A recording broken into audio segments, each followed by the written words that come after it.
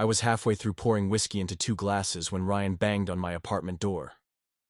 I didn't even get a chance to open it before he pushed his way inside, the scent of motor oil and his cologne filling the space.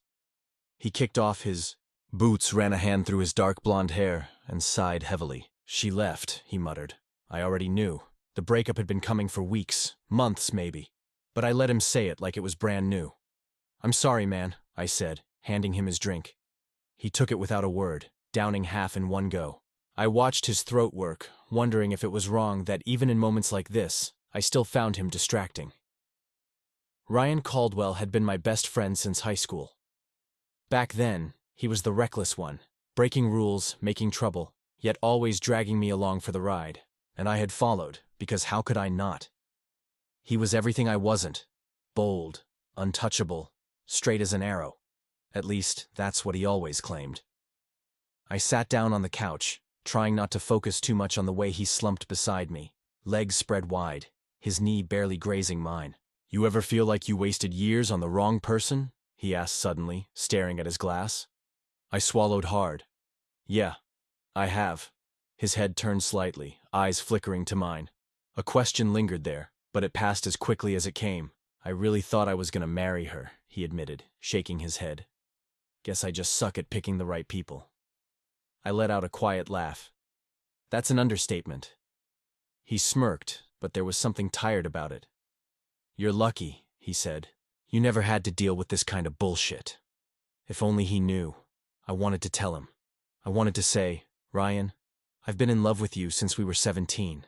That every time he had paraded a new girlfriend in front of me, I had smiled and pretended it didn't sting. That I had spent years convincing myself I was content with just being his friend, because the alternative was impossible. Instead, I took another sip of whiskey and said, "Yeah, lucky." We sat in silence for a while, the city humming softly outside my window. Then Ryan leaned back, stretching his arms behind his head. "Maybe I should just stop dating altogether," he mused. "Hell, maybe I should switch teams." It was a joke.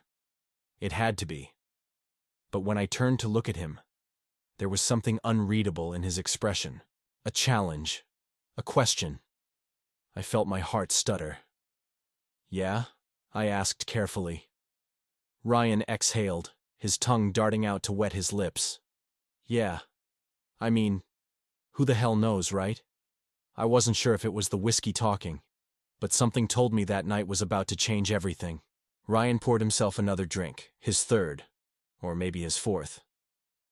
The bottle of whiskey was already half empty, and I could feel the slow warmth of alcohol dulling my nerves. It made everything feel looser, easier. Even the way Ryan looked at me across the dimly lit room felt different.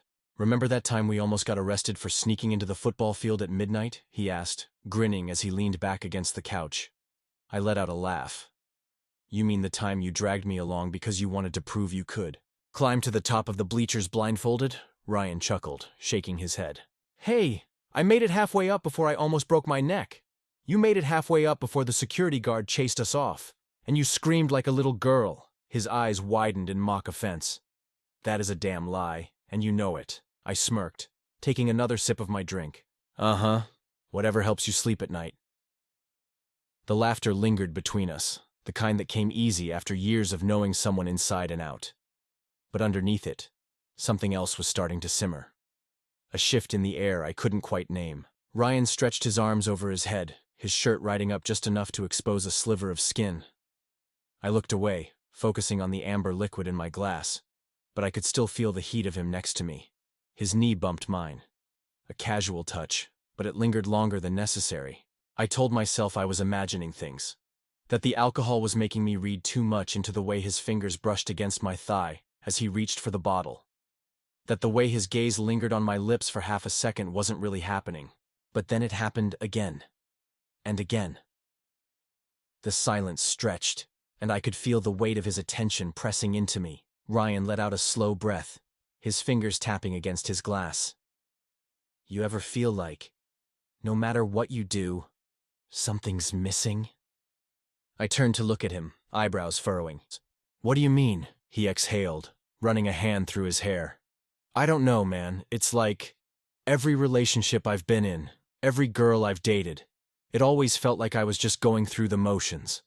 Like I was trying to convince myself I was feeling something I wasn't. I stared at him, my pulse picking up speed. He shook his head. Hell, maybe it's me. Maybe I just suck at love. I swallowed hard. Ryan, think about it, he interrupted. I was with Jessica for 3 years, and I thought she was the one. But now that she's gone, I don't even know if I really miss her, or just the idea of her, you know? I nodded, my throat suddenly dry. He leaned forward, his elbows resting on his knees.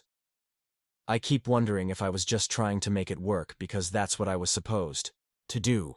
His voice dropped slightly. What if I've been lying to myself this whole time? The room felt too small, too warm. Ryan turned his head toward me, his eyes slightly unfocused but sharp in a way that told me he wasn't just talking to talk. Then, he asked, "You ever wish things were different between us?" The words landed like a spark in dry grass. I froze. My mind raced, trying to grasp onto the safest possible response, but nothing came. He watched me, waiting, expecting. Different how? I finally managed, my voice careful, measured.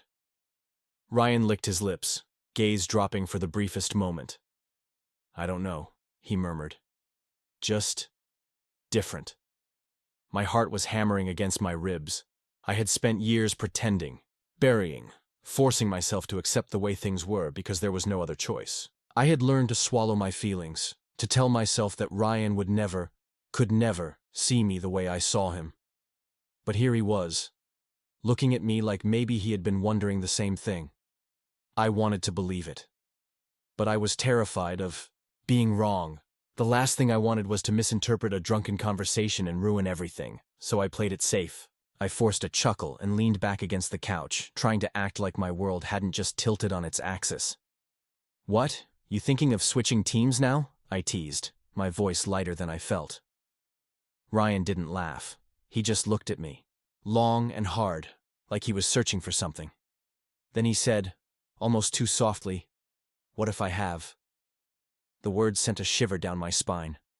I wanted to ask him if he meant it, if he was just drunk and rambling, or if there was something real in what he was saying, but I was too afraid to push. Ryan rubbed a hand over his face, exhaling sharply. I don't know, man. I've just been thinking about a lot of things, and maybe... He hesitated. Maybe I've ignored some things I shouldn't have. I swallowed, my throat tight. Like what? He let out a humorless laugh. Like how sometimes I wonder what would have happened if I hadn't been so damn sure of who I thought I was. The silence between us felt electric. I could hear the city outside, the occasional honk of a horn, the distant sound of laughter from the apartment above. But inside my apartment, everything was still. Ryan met my gaze, and for the first time, I saw something in his eyes that I had never dared to hope for. Possibility. I didn't know what to say. So I said nothing. But I knew, in that moment, that whatever happened next, nothing between us would ever be the same. Ryan swirled the whiskey, in his glass, eyes fixed on mine, heavy-lidded, unreadable. The weight of the last thing he'd said still hung between us, thick and charged. Maybe I've ignored some things I shouldn't have. I could feel the blood pounding in my ears. Every logical part of me screamed to play it off, laugh it away, let it die in the space between us. But I couldn't. Not this time. His gaze dropped to my mouth. It was so brief I might have imagined it. But then he smirked, a lazy, almost daring expression. You ever wonder? I swallowed. Wonder what? His fingers drummed against his thigh. What it'd be like if we... He exhaled sharply. I never really thought about it before. Liar. But I didn't say it. Instead, I forced out a chuckle, trying to keep things from spinning into something neither of us could take back. You're drunk, Ryan. He tilted his head, studying me like he was seeing something new. Maybe. He licked his lips, then shrugged. So what? You scared?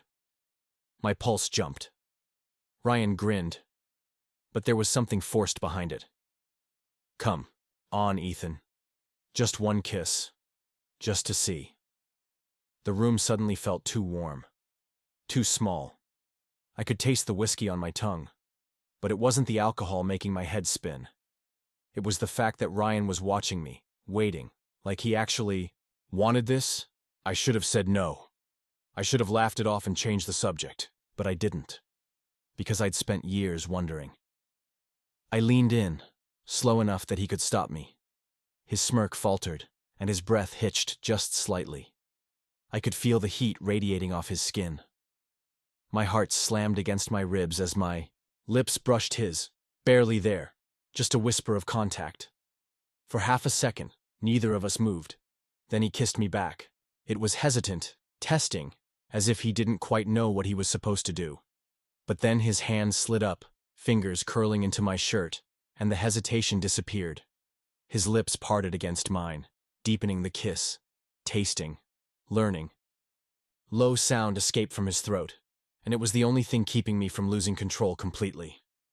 This was Ryan, my best friend, the guy who swore up and down that he was straight, the guy who had spent years dating women, never once looking at me the way he was looking at me now. We broke apart, breathing hard.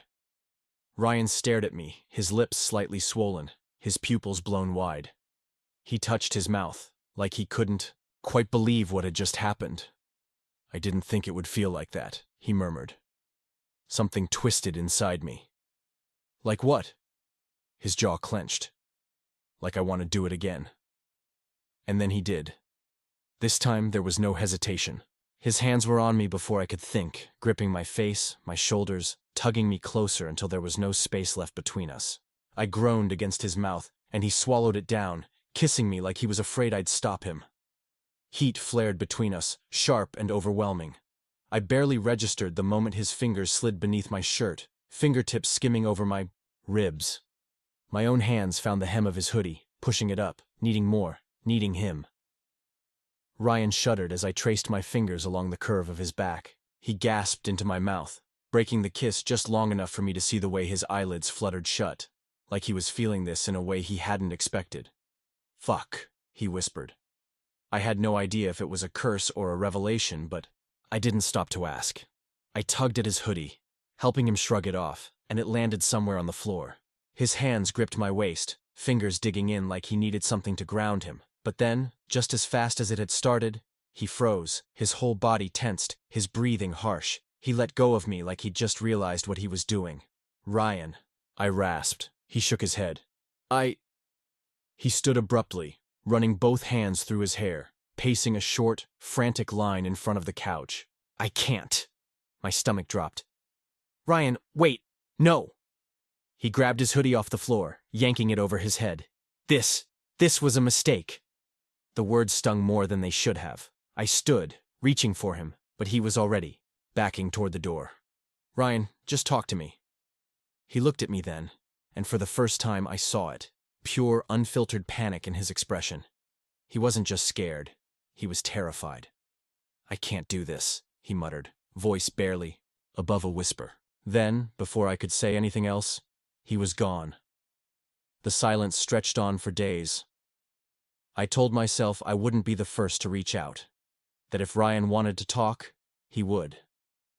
But every hour that passed without a text, a call, anything, made it harder to pretend I wasn't unraveling. I barely left my apartment. Every time my phone buzzed, my pulse jumped, only to sink again when I saw it wasn't him. I replayed that night in my head, over and over, trying to figure out where it had gone wrong. The kiss? The way he had let me touch him? The moment he had wanted it? Or was it just the moment he realized it was real? By day 3, I caved. I sent a text. "Hey, can we talk?" No response. By day 5, I tried calling. It rang twice before going to voicemail. By day 7, I knew. I was losing him. I had been ready for the rejection. I had spent years preparing for the possibility that Ryan would never see me that way. But I hadn't been prepared to lose him entirely. To be erased from his life like none of it had mattered. I wasn't going to let that happen. So, on the 8th day, I went to find him. The auto shop was exactly the same as it had always been, smelling like motor oil, sweat, and steel. I spotted him immediately, crouched under the hood of a car, his back to me. My pulse kicked up. Ryan. He stiffened. For a second I thought he'd pretend he hadn't heard me. But then he straightened, wiping his hands on a rag, and turned. His face was carefully blank. Ethan. That was all. No smile. No warmth. My chest tightened. Are you seriously going to ignore me forever? His jaw ticked. I'm not ignoring. You. Really? I let out a sharp laugh. Because I've called. I've texted. You just vanished after that night, and I have no idea what the hell I'm supposed to think. Ryan glanced around, like he didn't want an audience for this conversation. Now's not a good time, he muttered, turning back to the car. No. I took a step closer. I don't care if it's a good time. I want to know what's going on. He exhaled, gripping the edge of the hood. Nothing's going on. Bullshit. Ryan flinched. Just talk to me, I said, softer now. Tell me you regret it, if that's what you're feeling. Tell me you didn't mean it, that it didn't matter. But don't just disappear like none of it happened. He was silent for a long time. Then, finally, he muttered, I don't know what I feel. I swallowed hard. Then tell me what you do know. His fingers curled into fists. I know that it scared the shit out of me. I stepped closer. Why? Ryan let out a humorless laugh. Because I wasn't supposed to like it, Ethan. I wasn't supposed to wake up the next day thinking about it or wondering what would have happened if I'd stayed. My heart was pounding. Then, why did you leave? His eyes finally met mine. And for the first time in over a week, I saw it. The conflict. The fear. The want. Because if I hadn't, he whispered, I don't think I would have been able to stop. The words sent a sharp ache through me. You think I would have stopped you? Ryan shook his head. That's the problem. I know you wouldn't have. The air between us crackled with something heavy. Something unspoken. I don't know what to do with this, Ethan, he admitted. I've never... He broke off, raking a hand through his hair. I've never wanted a guy before. I don't even know what that means. I could see the panic in his expression, the way he was unraveling under the weight of something he'd never let himself acknowledge. You don't have to know, I said gently. Ryan scoffed. Easy for you to say. You've always known. Yeah, I admitted. And I spent years hiding it. I spent years pretending I was okay watching you date other people. So don't tell me I don't get it, because I do. Ryan's expression flickered with something, regret maybe. He exhaled sharply. I don't want to screw this up. My throat tightened. You mean us? He hesitated. Then, finally, he nodded. I stepped closer. Close enough that I could see the way his breathing picked up. You think ignoring me isn't screwing this up? His jaw clenched, but he didn't look away. I didn't touch him. I didn't push. I just let the question hang between us, waiting. And then finally, he broke. His hand reached for me, hesitant at first, like he wasn't sure if he was allowed. When I didn't move away, his fingers brushed my wrist, then slid down until they curled around mine. My breath caught. I don't know what I'm doing, he admitted. I gave his hand the smallest squeeze. So we figure it out together. Ryan exhaled, long and slow, and nodded. This time, he didn't run. The apartment was quiet, the only sound the faint hum of the city outside. The same couch, the same space. But everything was different now. Ryan sat next to me, hands clasped together, his knee bouncing slightly. This time there was no whiskey, no haze of alcohol to blur the edges, just the weight of reality, pressing in on both of us. For a while, neither of us spoke. I didn't push. I'd already done that. This had to be his choice. Finally, he let out a slow breath and turned to me. I don't know what this is yet, he admitted, his voice quiet but steady. But I know I don't want to lose you. Lump formed in my throat. He hesitated, then reached for my hand, his fingers tentative as they brushed against mine. This time, I didn't wait. I laced my fingers through his, holding on. Not too tight, just enough to let him know I wasn't going anywhere. You don't have to have all the answers right now, I said softly. We just take it one step at a time. Ryan exhaled, like he'd been holding his breath for days. His grip on my hand tightened, and for the first time in over a week he smiled. Not forced, not uncertain, just real. Okay, he murmured. That was all. No grand declarations, no dramatic conclusions, just the beginning of something neither of us fully understood, but wanted to understand. And for now, that was enough.